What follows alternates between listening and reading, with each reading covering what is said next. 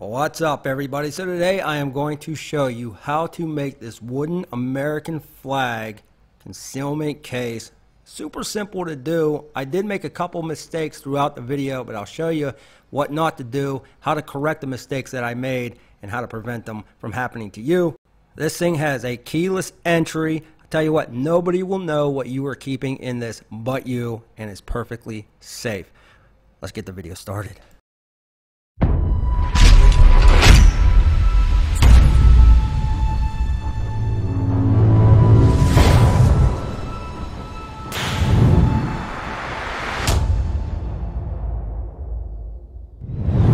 I could not find a video anywhere on how to make these concealment American flag cases. So I said, you know what? Let's just do it. We'll put it up on the channel. And in case you want to make one, it's all up to you. And I will also put everything I used in the description below. I'll leave a link for you. The first thing you're going to have to get, and I'll tell you why I went with this here in a bit, but this is a veranda board that I picked up at the Home Depot. I think it's 2 foot by 4 foot long, and it's only 3/4 of an inch. Now the reason why I went white was because the white stripes on the flag. Pretty simple, right? So all we're gonna have to paint is the blue, and all we're gonna have to paint is the red. We won't have to worry about the white, but we're gonna mark this out.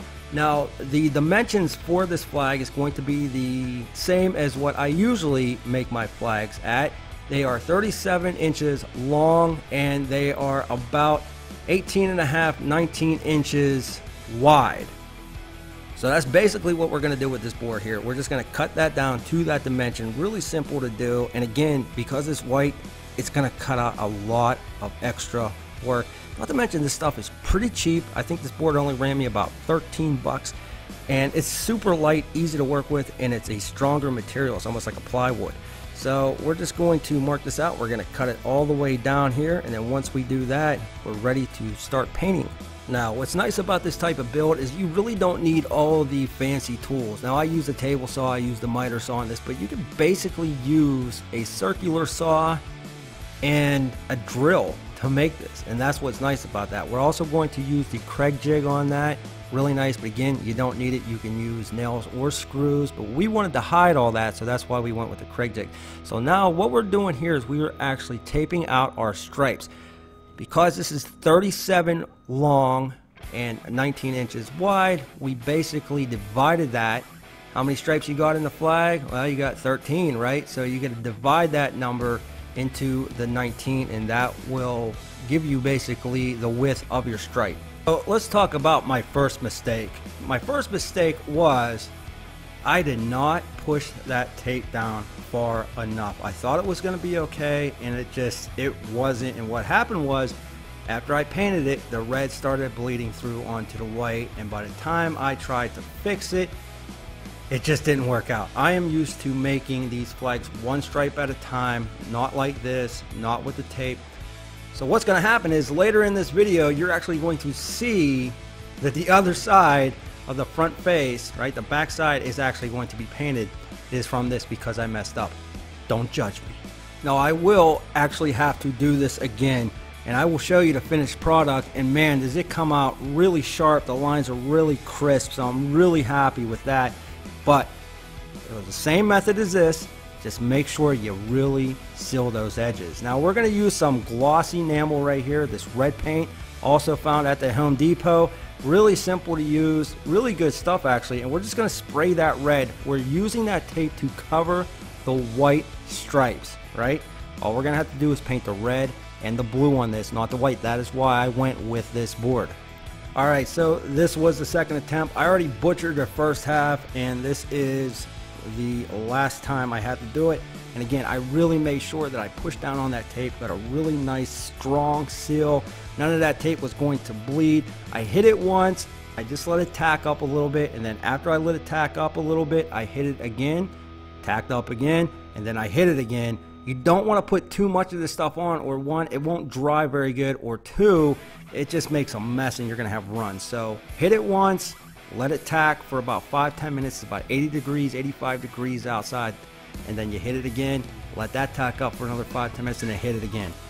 Alright guys, well, I'm going to be a little bit slower now because, well, it's my birthday today. I went in, ate 2 pieces of cake, came back out to edit this, and now I'm on a sugar crash. Don't judge me. Okay, so you can see now, this is pulling off real nice and neat. Here's the dealio. When you go to do this, you don't want to completely dry because you don't want to pull the other pieces of paint off. Now, we do have a couple chips down here. That is because I ended up having to redo the other side, and it was the way the blade was going when I cut it first time. So let's let that dry up. We're going to cut our frame out.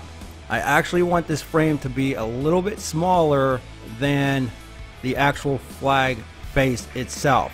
These are square edge whitewood. I bought these 1x6x10, and what we're going to do here, we're going to cut 2 of these. We're going to cut them at 35 inches long, and then we're going to cut 2 more at 16 inches long. Now, if you hear something in the background, well, we have a torrential downpour, but we're going to try to get through this here. We're going to use our Kreg jig right here. We're going to draw 3 holes on each side, on the same side, right here, and then we're going to put this frame together using this. Now, again, you can use screws, you can use pin nails. I just wanted to hide all that. I didn't want any nails or screws sticking out, but if you don't have this, you can do that. Now, even though we are going to tie all of this together with another piece of plywood in the back, we're still going to add glue into those pocket holes. We want this nice and secure because this is basically holding everything together. We're also going to add a couple pieces of wood to sturdy this up, and so we can put those drawer slides on. But again, just make sure you add some wood glue. It's going to be nice and sturdy. Alright, so now we already got the one side done. It's nice and flush. You can see here, we're going to flip this over. We're going to do the exact same thing. We're going to put glue in those pocket holes, and then we are going to insert our screws. I am using an impact wrench. Again, if you don't have one, you can use a drill. You just want to go nice and slow. That impact wrench, if you are using one, don't put that on high. I have mine on the auto mode. You don't want to strip those out or bust those out. If you are not invested in a Kreg jig, by the way, and we're not sponsored by them or anything like that, they are great for doing projects like this. I will put a link in the description for that as well. We also got a full review on that and how to use it. But now we have our frame, and we have to add the top of this. We're gonna have to put some drawer slides basically on this. Now, this is what I got. This is another mistake that I made. Do not buy these types of drawer slides. These are basically under bottom. They're actually more expensive. You're looking at like $33, $35. And by the way, the whole total cost, you're probably looking around 50, 60 bucks to build this. You can't use these, okay? So I had to take these back. I got different ones. I'll show you those here in a second, but that was a mistake that I made. Don't judge me. And so because Home Depot was closed at 8 o'clock yesterday, which was a Sunday, I decided since I was held up, I would just stain basically the frame and let that dry out, which kind of worked out okay anyway. So all I did was hit this with a maple, a dark maple, which is fine. You can go with whatever color you want. You can paint it if you want, it doesn't matter. But now you can see that the flag here, while that is drying, you know, the actual frame itself, the flag is now dry with the stripes, the red stripes. We didn't have to paint the white. What we're going to do now is the union, and the union is going to be 14 3/4 long and about 9 3/4 wide. So you're going to come down 1, 2, 3, 4, 5, 6, 7 stripes, and it's going to end on that 7th stripe. You'll see that here a little bit later in the video. We're actually going to tape this up. I will tell you, make sure you tape this very good, because if you get any overspray, it is a nightmare to get off. Now we are using the 3M tape, you know, the blue stuff. This stuff always worked pretty good for me. Again, you want to make sure that you really press down on this and create a good seal, because you don't want that paint bleeding over through the edge. And again, we're not sponsored by 3M. We're not sponsored by anybody. So just letting you know, I like the 3M. We're going to tape that off. We're going to throw some brown paper right down over the edges right here, and we're going to make sure that we don't get any overspray. And FYI, 3M, hint, hint, we don't have any sponsors. So one of the things I wish I would have done is not brought those stripes all the way over, because now you can see it's raised a little bit once you paint, but we're just hitting that with the blue, and we're gonna let it tack up just like the red paint. We're gonna let it tack up for about 5-10 minutes. It's about 80-85 degrees outside. We're gonna come back, we're gonna hit it again, and then we're gonna hit it again. So it was actually starting to get dark outside. You couldn't see this all that well, so I just hit it 3 coats and I let it dry overnight. You can see it's nice and shiny, glossy. I come out the next morning, we took that tape off, and that is what we got.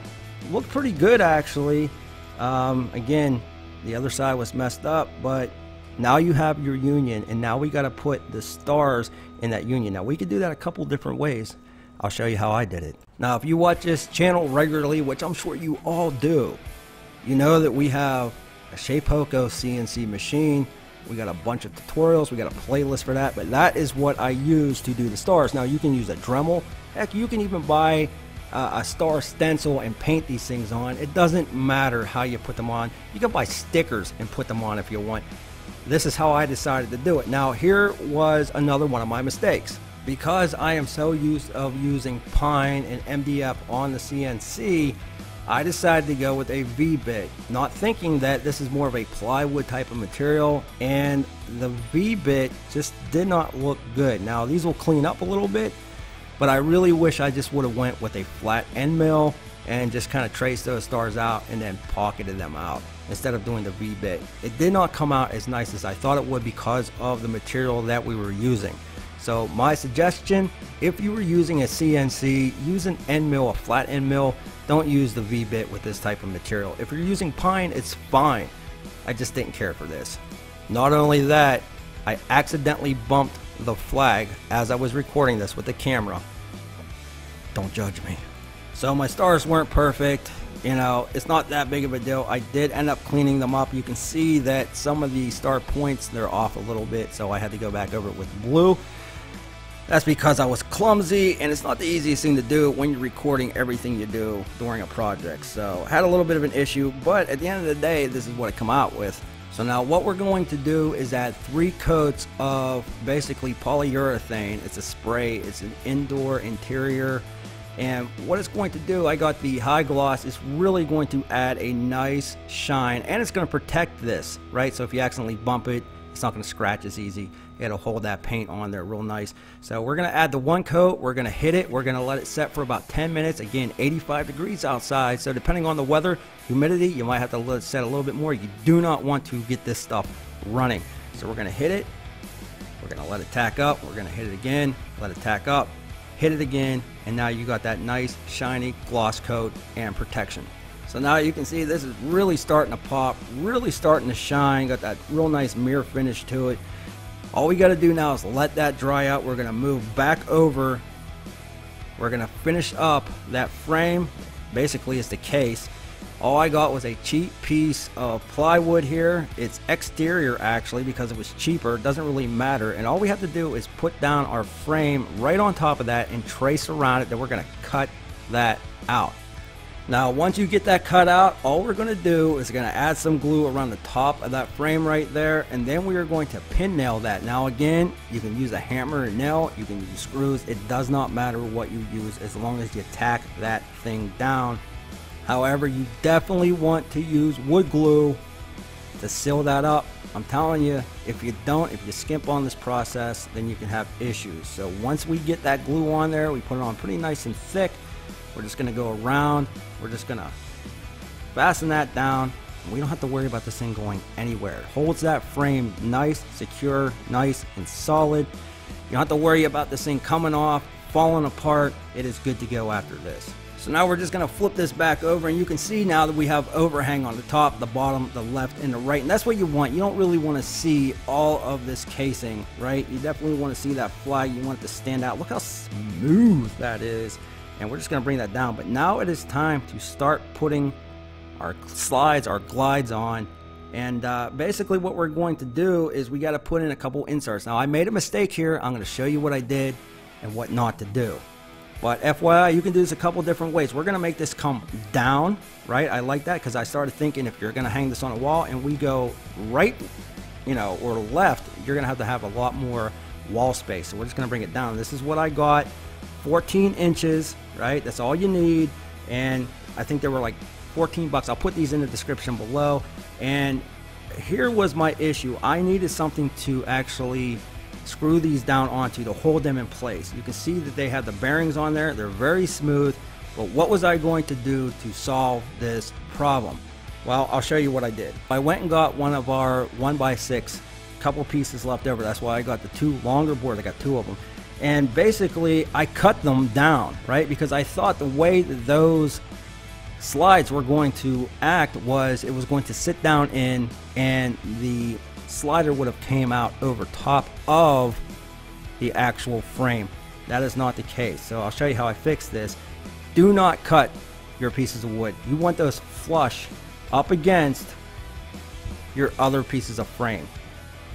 No matter what though, you definitely want to glue those, and you definitely want to fasten those down with a screw or a nail of some sort to make sure that they don't move. We're going to put two pieces on each side to make sure that that glide actually rests right on top of these pieces of wood. So again, let me just say this, you definitely want to make sure, you can see I'm doing the right side here. See how that is lower than the actual frame? You want those flush with the frame. That was my mistake. Don't judge me. Now you can see here what's happening is it's sitting down inside, but when I try to bring that down, when I try to slide that out, it just hits up against the bottom piece. So what I'm going to do is the pieces that I cut off, I am just going to add those back. I am going to hit them with some glue, and then I'm going to nail those down. They're not going to go anywhere. You can see again, they're flush. That we do have the flush. Now you can bring that out. You can see it's not hitting up against anything. That's fine, but we still need to screw these down in. So all I'm going to do is I'm going to bring these down. I'm going to center them right in the middle, and I am going to insert the screws. Now these come with the screws. It's fine. You can see if I put it right there in that screw hole, it's not going anywhere, but you do have ones that will actually slide a little bit. You can adjust a little bit. We're going to go with those. I want to make sure that that front face lines up perfectly. So all we're going to do is we're going to bring that down. We'll measure it out where you can measure it out, and you're just going to end up putting that right in the middle and then just screwing it down. Now basically you've heard the saying, measure twice, cut once. Well, it's measure twice, drill once. You don't want to mess this up, because if you mess it up, then your door is going to be off, your tracks are going to be off. It's going to be a real pain in the butt. So make sure that you use some type of measuring device, tape measure, whatever. You're just going to put those little marks right there, and you're just going to drill down. I'm not even going to pilot hole those. I am just going to go straight for it with the impact. Again, I am on low with the impact, and what's nice about that is if you actually mark those and that thing slides on you or moves on you, you know where your holes are at again.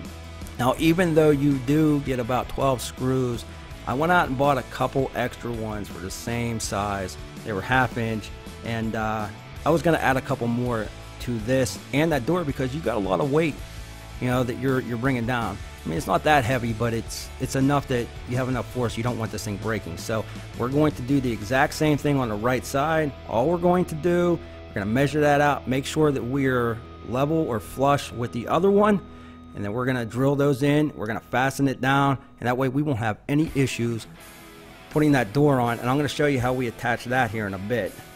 Alright, so basically now that we got everything lined up, I put the screws in. You can see these slide out. Remember, that being slid out like that, it's going to make this a lot easier for you. So basically, I just want to see how this lines up, and this will slide in, slide out once you're done. So when you open up this flag, right, this concealment, is basically going to drop down. So what we're going to do is we're actually going to slide those sliders out again, and when we slide them out, we're going to measure them. We're going to go in about 2 inches, right, or actually bring that flag face out about 2 inches, right. We're going to make sure that they're nice and level. We're going to use our ruler again here to make sure that everything lines up, and then we are going to drill 2 holes. Actually, we're going to put the screws right in. We're not even drilling the holes. We're just going to impact those screws right up through those sliders into the actual face itself. And what's nice about doing it this way is there's no guesswork. You don't have to really measure anything. You're already where you need to be. You just put those on, and then we'll take it off and we'll put the rest of the screws in. So we're just gonna screw those up in. I had a real issue getting up underneath there. So now that we already got that frame basically installed, or those slides installed under here, and it's working, we definitely want to make sure that it is secure, right? So we're going to take this off, and it's really simple to do, and I'll show you the tabs here, but there's 2 tabs. You just basically slide them and then pull it out. They will slide right out for you. And what's nice about that now is you can basically add all the screws that you need right there on the track. You don't have to worry about getting up underneath anything or crawling inside of tight spaces or anything like that. So again, you just throw those screws in. Now, I don't mean to repeat myself, but just let me say this again. Make sure that you put enough screws in this thing, because if you don't, you got to remember, you know, this is getting the most wear and tear. You don't want this thing falling off. You don't want this thing, you know, injuring somebody. Put the screws in. And basically, just to show you the screws that we have here, they are the Everbilt.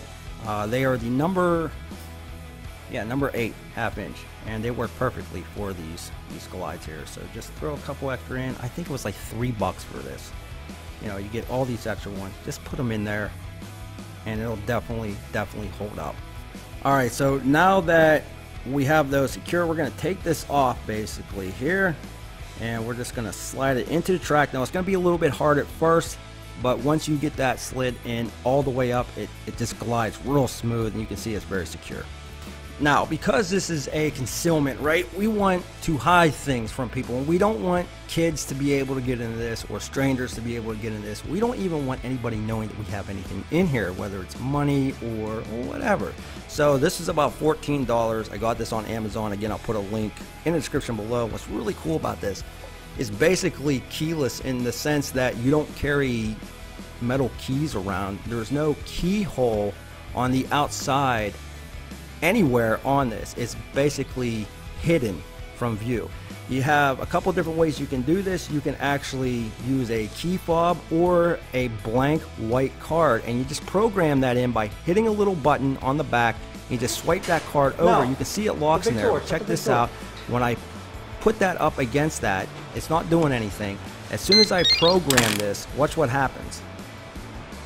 That is very cool, super secure, and yeah, it's kind of neat.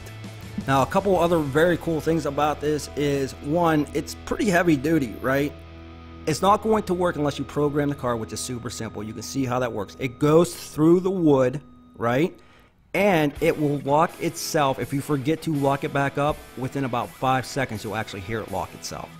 So basically what we're going to do here is we're going to find out where we need to put this. Now, you can't put this on first. It's just not going to work out. So we have to put the latch on first. And in order to do that, we have to take that door back off. That was a mistake that I made. I should have done that when the door was already off. It only takes 2 seconds, but don't judge me. Now, you can't put this right here at the edge because you're not going to be able to bring that all the way up, that flag, right? It's not going to look right. See, it's going to hit up against that frame. So you got to bring it down more. Not only that, you have to add a piece of wood, right, to actually bring this down a little bit lower, because if not, you're going to hit the top of that frame. So basically what we did was we took a scrap piece of our 1x6, and we're just going to use that. And what's nice about this is it's actually going to act as a stop as well. So when the flag comes down, you know, it doesn't put that much pressure or force on those drawer slides. Now, here's where I made another mistake. Don't judge me. Instead of going back about 6 inches, I only went back about 2.5 to 4 inches. I nailed it and I glued it. I had to remove that and bring it back because it was not letting that door come all the way up. That pin for the lock was a little bit longer than I thought. So do not make that mistake. Make sure that you take that extra piece of scrap wood, bring that down about 6 inches, and then screw in your actual pin or your locking mechanism. Once you do that, you should have more than enough room for that flag to come all the way up and then actually go above and beyond that frame and have that outer edge stick out a little bit like we wanted to.